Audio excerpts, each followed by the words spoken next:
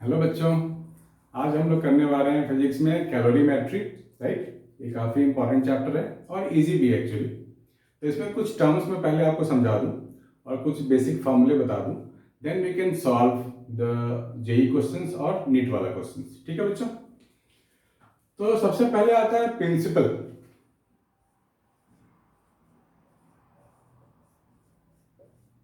Calorimetry का principal ये हम लोग मान के चलते हैं कि जितना हीट मैंने किसी सब्सटेंस को दिया उतना ही हीट उसने लिया, कहीं कोई हीट लॉस नहीं होता है। That means I can say heat lost is equal to heat gain. ये इसका प्रिंसिपल है। तो अब ये जो हीट है, ये हीट लॉस्ट अगर होगा तो हीट कहाँ जाएगा और जो लेगा उसके साथ क्या होगा, मतलब वो सब्सटेंस का फेज चेंज होगा, मतलब सॉलिड से लिक्विड बनेगा या लिक्विड से हो सकता है वेपर बन जाए, गैस बन जाए। अगर फेज चेंज नहीं होता है तो सिर्फ टेम्परेचर भी रेज कर सकता है।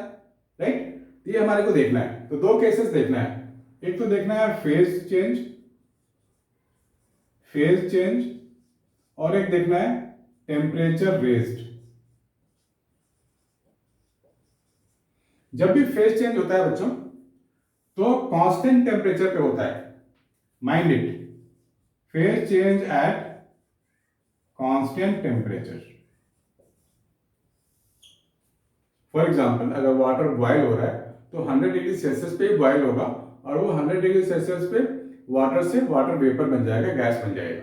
राइट, तो यहां जो हीट इन्वॉल्व होगा उसे बोलते हैं लैटेंट हीट। क्या बोलते हैं? Latent heat. और हो सकता है फेज ट्रांसफर नहीं हो, वाटर मान लो 30 डिग्री पे है, 30 हो सकता है 40 हो जाए, 50 हो जाए, 60 हो जाए, 80 हो जाए, 90 हो जाए, 99 हो जाए, तब तक तो फेज चेंज होगा नहीं। फेज चेंज होना शुरू होता है 100 से। तो यहां पर जो होगा वो हम सिंपली बोलेंगे स्पेसिफिक हीट इन्वॉल्व होगा यहाँ, specific heat.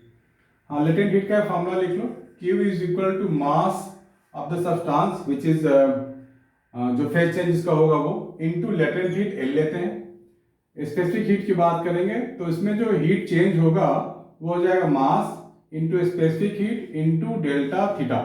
Delta theta is raise in temperature और स्पेसिफिक हीट होता है हर एक सब्सटेंस का अलग अलग स्पेसिफिक कांस्टेंट वैल्यूज होती हैं, तो वो एक्चुअली गिवन होता है, तो हमें याद करने की जरूरत नहीं है। लेटेंट हीट भी अलग अलग सब्सटेंस के अलग अलग होती है वैल्यूज। तो मैं टर्म समझाने की कोशिश कर रहा था, ये कब इस्तेमाल करेंगे और ये कब इस्तेमाल करेंगे। फेज चेंज के लिए दोबारा बता रहा हूं, latent heat m into L और simply no phase change, only temperature is rising, then we can use delta Q is equal to ms delta theta. ठीक है बच्चों, अब हम लोग इसी फॉर्मूले का इस्तेमाल करके क्वेश्चन को सॉल्व करेंगे। इसको आप लोग नोट डाउन कर लो।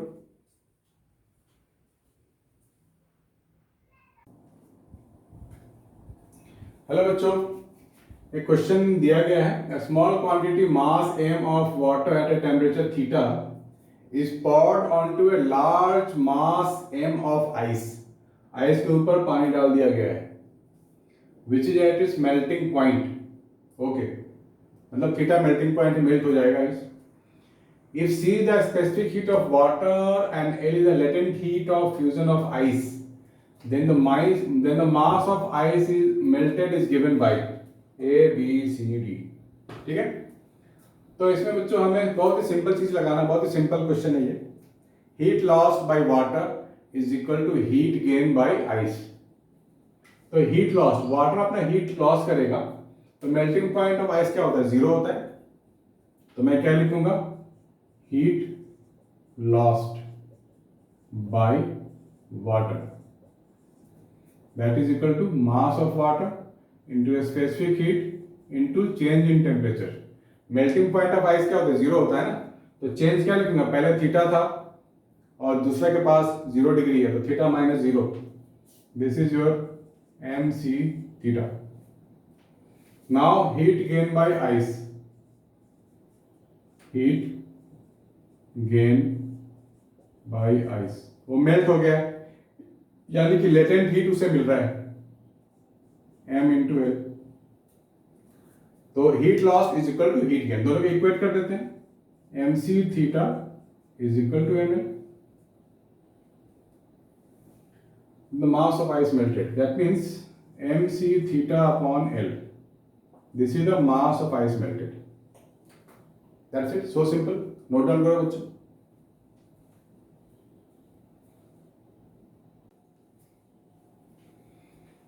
हाँ बच्चों, सेकंड क्वेश्चन है, steam at 100 degree Celsius is added slowly to 14 gram of water at 0 degree Celsius, water at 16 degree Celsius until the temperature of water raised to 80 degree Celsius.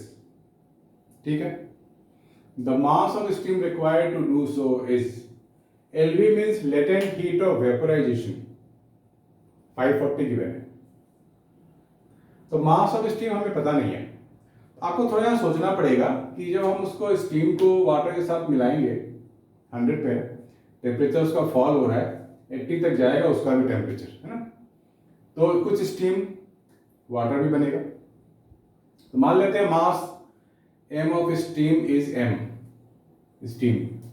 So m into L, latent heat of vaporisation, phase change कर रहा है वो, right, steam से liquid, plus वो कुछ temperature gain करेगा.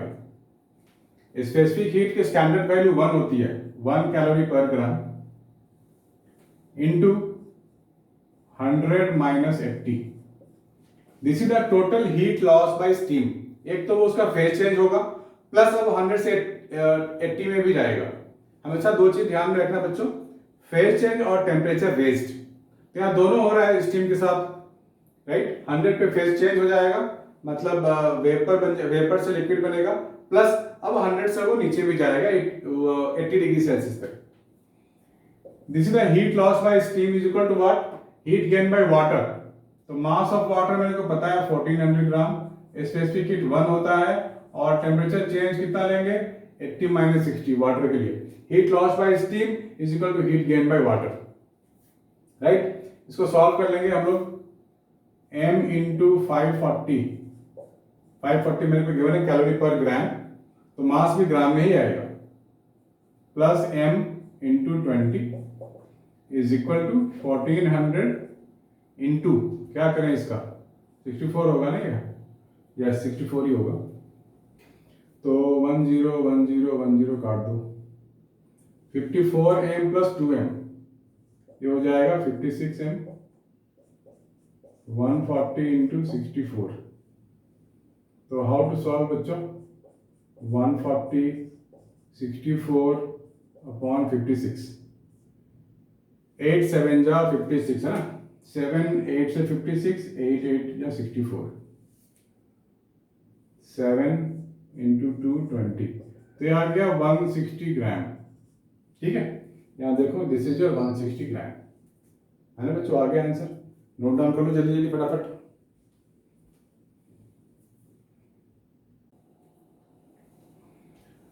Let's do another kind of question बच्चों. काफी छोटा है, काफी अच्छा है, बहुत इजी भी है, लेकिन बहुत बच्चे ध्यान नहीं देते हैं, उनको लगता है कि क्या टफ हो गया. Now the specific heat of a metal at low temperature varies according to this. ये स्पेसिफिक हीट है जो वेरिएबल दिया हुआ है, टेम्परेचर टी के अकॉर्डिंग वेरी कर रहा है, where a is constant. The heat energy needed to raise unit mass of the metal. Unit mass means 1 gram, 1 kg, कुछ भी ले लेंगे, from 1 to 2 K, मतलब केल्विन नहीं है, 1 केल्विन to 2 केल्विन. तो बच्चों यहाँ वेरिएशन दिया गया है मेरे को, तो कैलकुलस का इस्तेमाल करना ही पड़ेगा ना, जब जब वेरिएबल होगा तब तब. तो हीट क्या लिखते हैं हम लोग, m into specific heat into change in temperature, and temperature is changing from 1 kelvin to 2 kelvin. सीधी सी बात है. तो मास तो यूनिट लेना है, 1 हो गया, हट जाएगा, ये हो जाएगा 80 क्यूब dt 1 से 2 तक.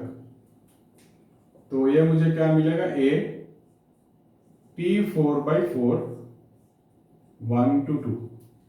ठीक है, गड़बड़ तो नहीं, चेक कर लो. तो मुझे मिल जाएगा a/4 था, बाहर हटा दो, 2 to the power 4 minus 1 to the power 4.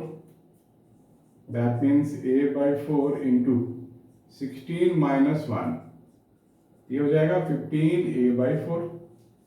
ठीक है बच्चों. तो ऑप्शन में है क्या, यस बी ऑप्शन में है. 15a/4। इसको नोट डाउन कर लो बच्चों फटाफट, जल्दी जल्दी।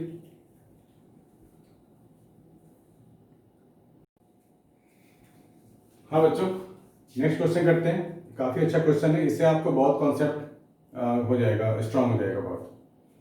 1 kg of ice at 0 degree Celsius is mixed with 1.5 kg of water at 45 degree Celsius.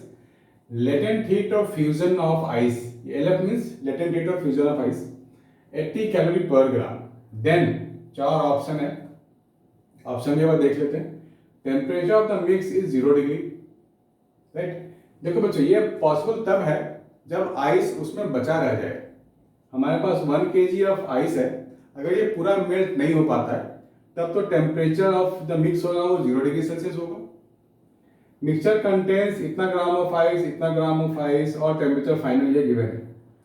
हो सकता है आइस बच जाए, हो सकता है पूरा मेल्ट हो जाए।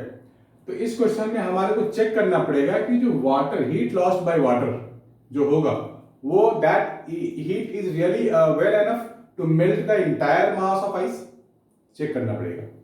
तो लिखो heat lost by water, Q water. Mass में ग्राम में ले लेता हूं क्योंकि आंसर ग्राम में है, तो ग्राम में ही काम कर लेते हैं। 1500 ग्राम हो जाएगा ये ना, 1500 होगा, ठीक है।